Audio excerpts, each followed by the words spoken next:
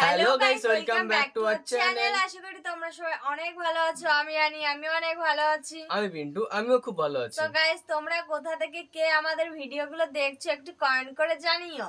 So guys, তোমরা কে কে কোথা থেকে দেখছো আমাদের অবশ্যই জানিও।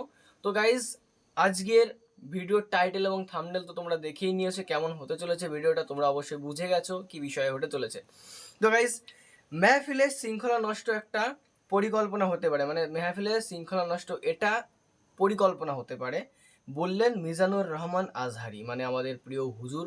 তিনি বললেন যে মানে মেহফিলের যে শৃঙ্খলাটা থাকে, মানে যে একটা চুপচাপ থাকে, হুজুর শুধু কথা বলেন তারপরে সবাই কথা বলেন, তো সেইটা নষ্ট হয়ে গেছে, সেই শৃঙ্খলাটা নষ্ট হয়ে গেছে, এটা পরিকল্পনা করা হয়েছে, সেটাই বোঝাতে চাইছেন হুজুর। তো আমরা শুনবো কি বলতে চাইছেন হুজুর।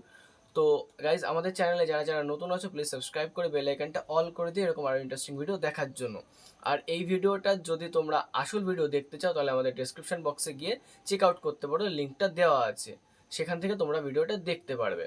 তো গাইজ, যদি এই চ্যানেলে নতুন হও তাহলে সাবস্ক্রাইব করে বেল আইকনটা অল করে দিও এরকম ভিডিও আরও দেখার জন্য, আমি তো বলেইছি।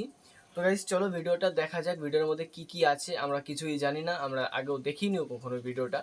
তো চলো ভিডিওটা শুরু করা যাক। এই জায়গাটাতে এরকম কেন হইলো? শুরুতে তো এটা ছিল না।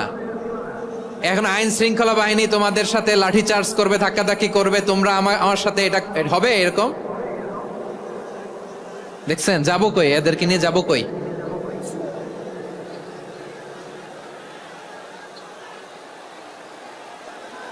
তোমরা তো ব্যথা পাবা, ব্যথা পাবা তো। বসো না, বসো না, সবাই বসতে পারলে তোমাদের কি? বসো বসো। এটা এটা এটা আমি এখন পরিকল্পিত কিছু হতে পারে এই ধারণাও করতে হবে আমাদের। লক্ষ লক্ষ মানুষ বসে আছে, তোমরা একটু শান্ত হবে না? হ্যাঁ, বসো। আর 2টা মিনিট একটু কোঅপারেট করো। 2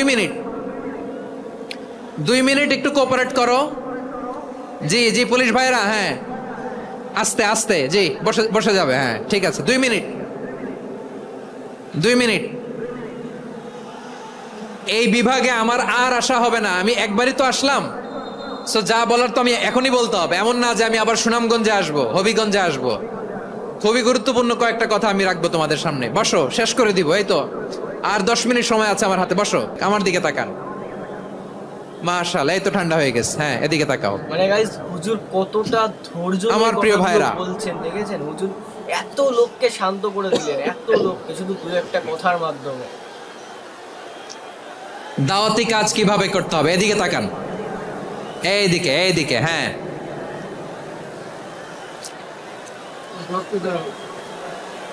এইদিকে তাকান, এইদিকে, ঠিক আছে। দাওয়াত দিতে হবে গ্রাজুয়ালি। তাকিয়েছেন আমার দিকে, তাকিয়েছেন সবাই? মাশাআল্লাহ, ভেরি নাইস অডিয়েন্স, মাশাআল্লাহ। গ্রাজুয়ালি গ্রাজুয়ালি দাওয়াত দিতে হবে, একবারে সব না। এটা কি কোরআনের মাজলিসের পরিবেশ হইল? এই সিলেট, এই তোমরা তো আগের 2 প্রোগ্রামকে ছাড়াই গেলা। বসো না, একটু শান্ত হয়ে বসো না, একটু শান্ত হও, একটু স্থির হও না, একটু শান্ত হও না। শান্ত হয়ে যাচ্ছে, হ্যাঁ, ঠিক আছে। তোমাদেরকে বারবার থামানোর কথা বলা না লাগলে আমি এখন আখিরি মোনাজাত দিয়ে যেতে পারতাম। ডেফিনেটলি আমরা এখন মোনাজাতে মুভ করতে পারতাম।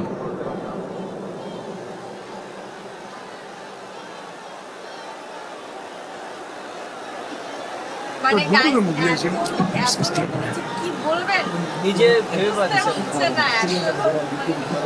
পুরো লক্ষ লক্ষ মানুষ, আমি তো দেখতে পাচ্ছি কত লক্ষ লোক হয়েছে। একটা জায়গায় কোনো সমস্যা নাই, এখানে কয়েকশো ছেলে পেলে এই ধাক্কা ধাক্কি। মানে হুজুর এনাদেরকে কোরআনের কিছু পবিত্র বাণী শোনাতে চাইছেন, কিন্তু এনারা শুনতে চাইছেন না।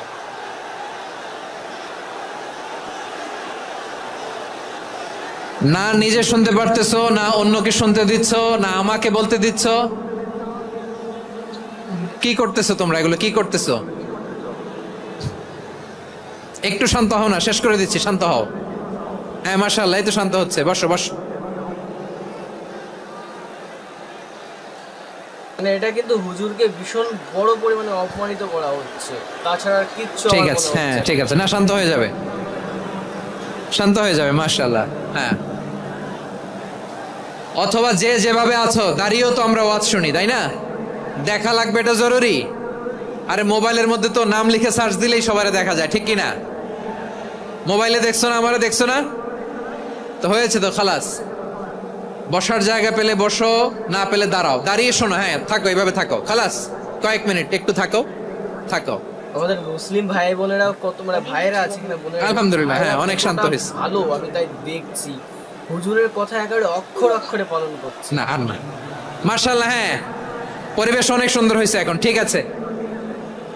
আইন শৃঙ্খলা বাহিনীর ভাইরা, এই যে পুলিশ ভাইরা, আর কিছু বলার দরকার নেই, আমার দিকে সবাই, আমার দিকে। পুলিশ ভাইরা, এনাফ এনাফ এনাফ, হ্যাঁ ঠিক আছে।